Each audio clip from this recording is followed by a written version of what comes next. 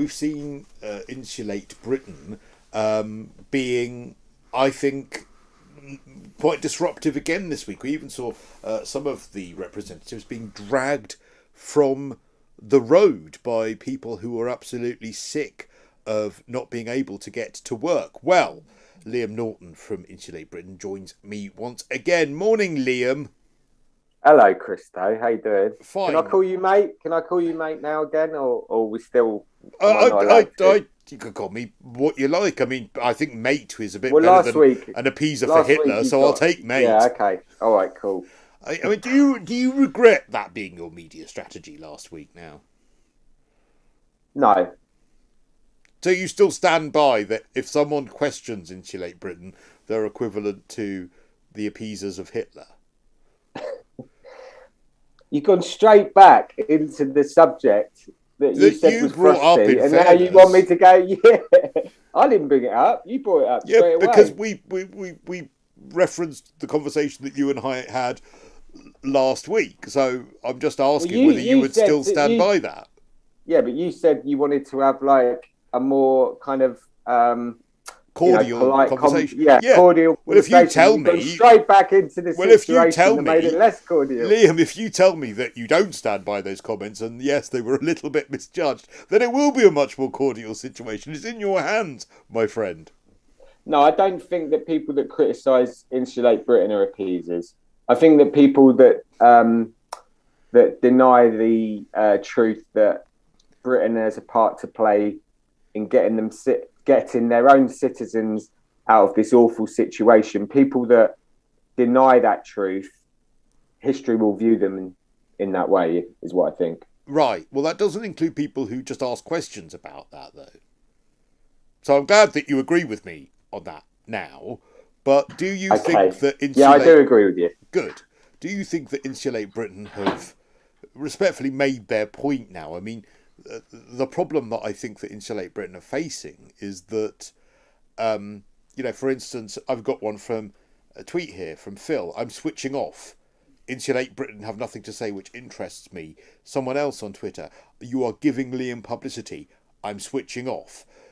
Do you think that there is a danger that with Insulate Britain continuing to carry on, that what you're actually doing is turning the public off to... which is a point you're actually entitled to make if you wish to. Well, you just criticised my media strategy. You're a media organisation. You keep putting people on who are switching up, causing your viewers to switch off, Cristo.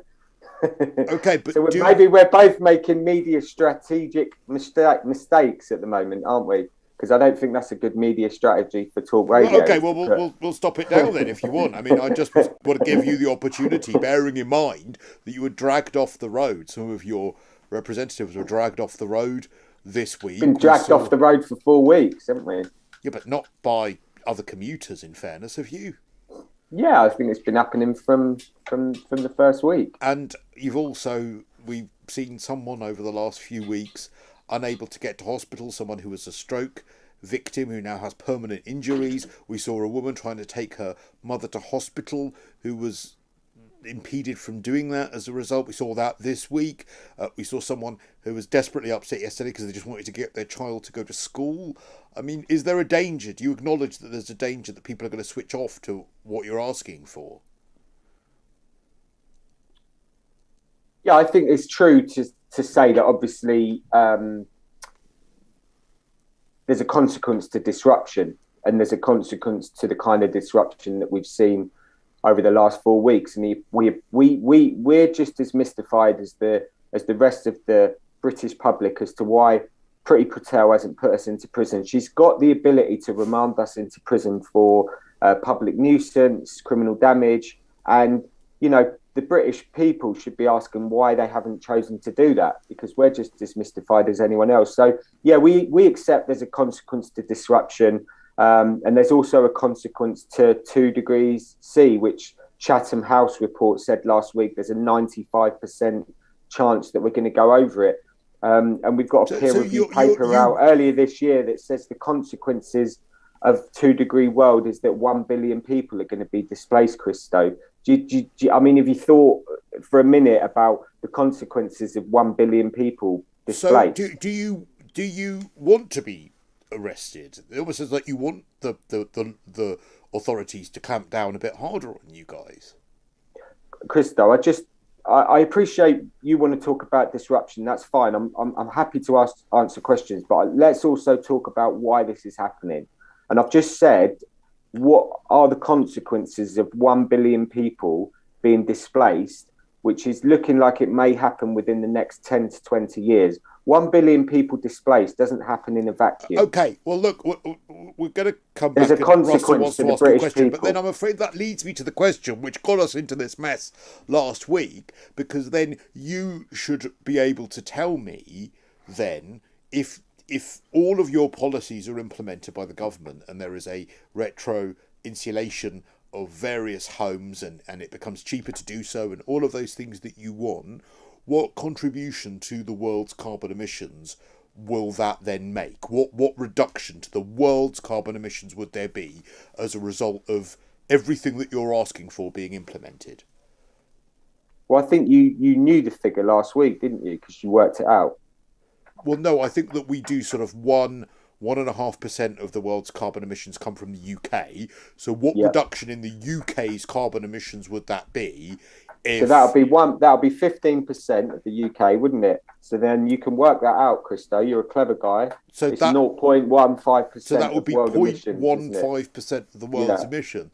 I mean, exactly. You worked it out. You knew that already. I reckon you had a researcher that wrote that down for you before you asked me the question. So what you would have then is people who are being hugely disrupted for your cause saying, well, actually, hang on, the most that this cause, even if every single one of your demands is implemented, is going to have on the world's emissions. You talk about 1 billion people being displaced around the world. Well, that's not a huge contribution to the world's emissions changing. Do you see what I mean? Well, the first thing to say, Cristo, is it isn't a cause. It's about the slaughter and death of millions of people. It's about mass starvation. It's about food shortages. So it isn't a cause. This is where we disagree. Now, we agree on lots of things, don't we? On the government, for instance. I mean, you're quoted as saying about Grant Shapps, please stop reassuring the public. They've learned in the last 18 months to expect the precise opposite. Yeah, that's what you said about Grant Shapps. Absolutely true. And we completely agree with you, Cristo. That's exactly our position with the government, that we're expecting the precise opposite of what they say. Now, as I say, this isn't a cause, this is a physical reality.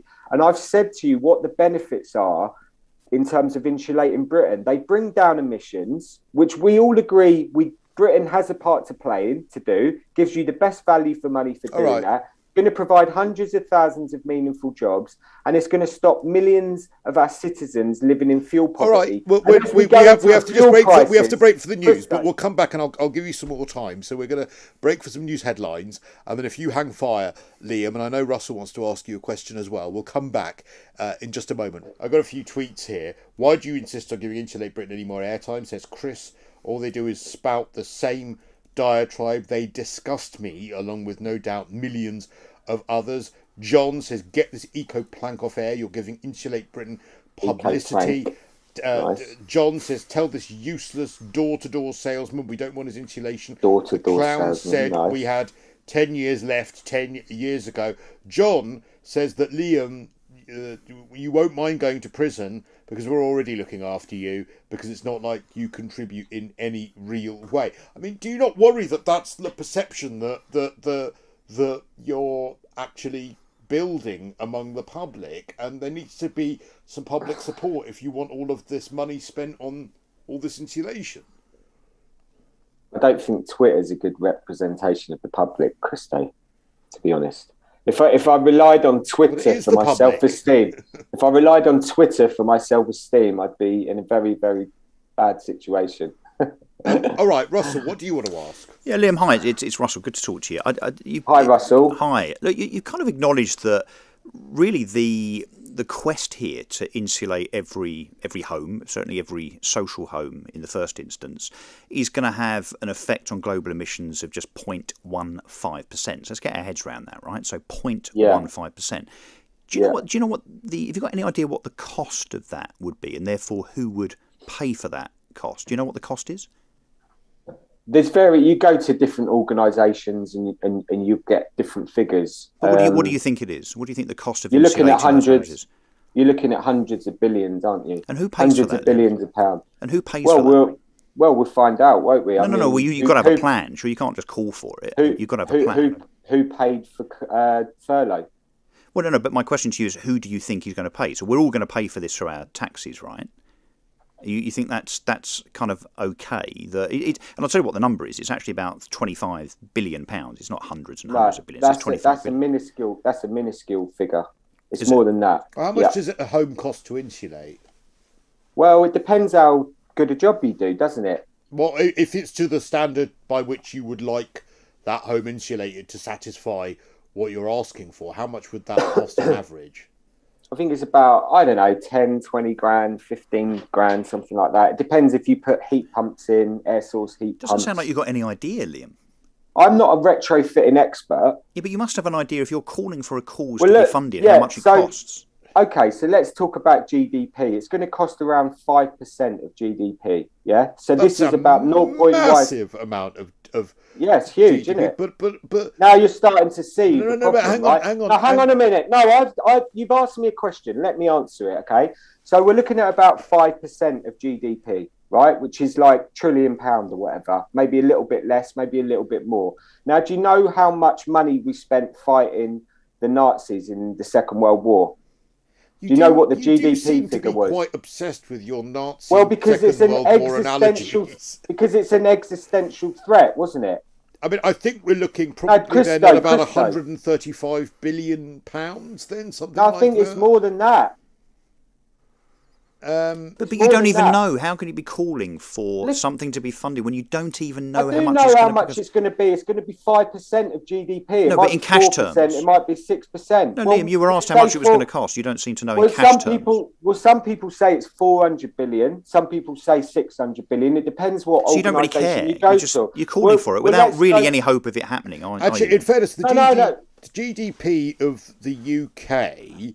2021 is probably not a great year to go by. So let's go 2019, because that was probably the last full year where we didn't have a massive problem.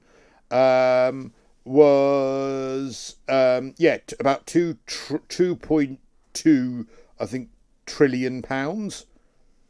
2.831 trillion.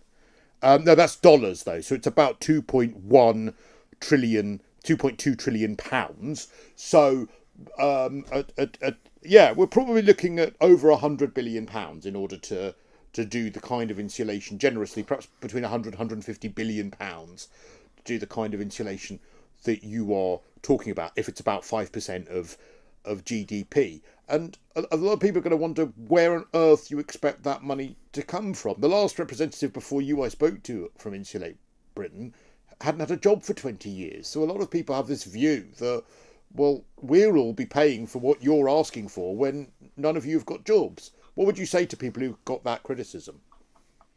It doesn't change the physical reality that we're in, that we're looking at an existential crisis, and we're looking at the death and the slaughter of millions of people, and we're looking at the destruction of our country. Now, the thing is like, the reason why I go back to the Second World War, Cristo, is not because to glamorise, anything in particular, but it was the last time the country faced an existential threat, okay? And what the country did is they rolled up their sleeves and got on with it. When they had to borrow money, the country was skint back then, wasn't it? It was skint. But it knew that there was this threat out there. And so it just borrowed the money and sorted out the problem. That's what it did. But who pays back borrowed money? Well, maybe the rich and the elites could start paying it. Maybe, I don't know. Maybe we could sort of like tax them a little bit more. I don't know. Do you know what I mean? But all I'm saying is that this problem has to be dealt with. And you can criticise me for not having an encyclopedic knowledge of all the figures and stuff like that. Because ultimately, what I'm saying is basic knowledge of your subject. It's going to cost a few £100 billion. Yeah. That's what I've said. Right, it could be 50 billion less. It could be 50 billion more. Like, who knows? I mean, they always cock up money and figures and projects, don't they? So let's be honest with ourselves. Back to the question then, which I'm sure you will have been expecting, because one of the reasons that you were unhappy with the interview on Good Morning Britain was because they were asking about the house you lived in and whether that has adequate insulation. And have you sorted that out now, and have you made a plan to get your home insulated? Yeah, I've set up a GoFundMe. If you can donate any money, set up a GoFundMe. Why don't you pay for it to be insulated? If you could donate any money, why don't you pay? I'd be very appreciative, Cristo. Have you really set up a GoFundMe to have your home insulated? No, I haven't. No. Why? What plan have you made to get your home insulated now? Then? The Insulate Britain was a big conspiracy for me to get my home insulated. No, but seriously, you found me out. Have you got your home in Streatham insulated yet? No. Liam, you can't set up a GoFundMe because you don't know how much it's going to cost. You've already said that. No, I do know how much it's going to cost, yeah. But why haven't you got your home insulated yet? Because I'm a hypocrite. Well, I mean, that is going to be the accusation. I mean, you understand that that's a reasonable accusation for you to ask for something else to be done because it's so urgent, but then you haven't done it where you live yet. Yeah.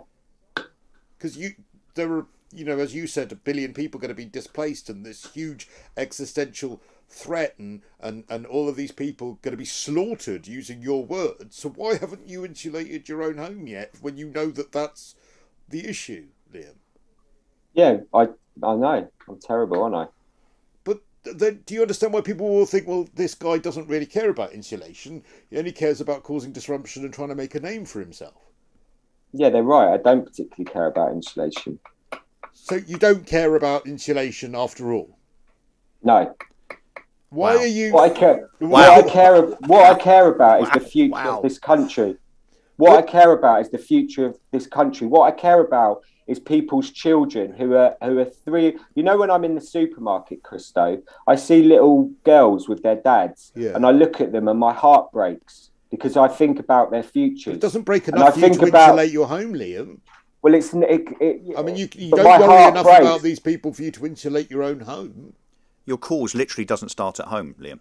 It's not a cause. I've just said to you. All right, whatever you're asking for. And in 10 years' time, you're going to be the biggest hypocrites, because when all this hits the fan, you'll be wishing that you did something. And this is what I'm saying, Cristo. This is where you're veering into the territory of when all this thing happens, when this starts to kick in, all this collapse and stuff, you'll be regretting the position that you're taking. And whether I'm a hypocrite, whether I'm a hypocrite or not, it doesn't change. But do you know what? I'll be doing in 10 years? This country is in the process of being destroyed. But do you know what I'll be doing in 10 years? Because of political corruption. That's why this country's been destroyed. I will be sitting in my attic room, which is swelteringly hot. Do you know why? Because it is insulated beyond belief. Or my extension, actually. The extension I built downstairs, which had all of the cavity walls and the roof fully insulated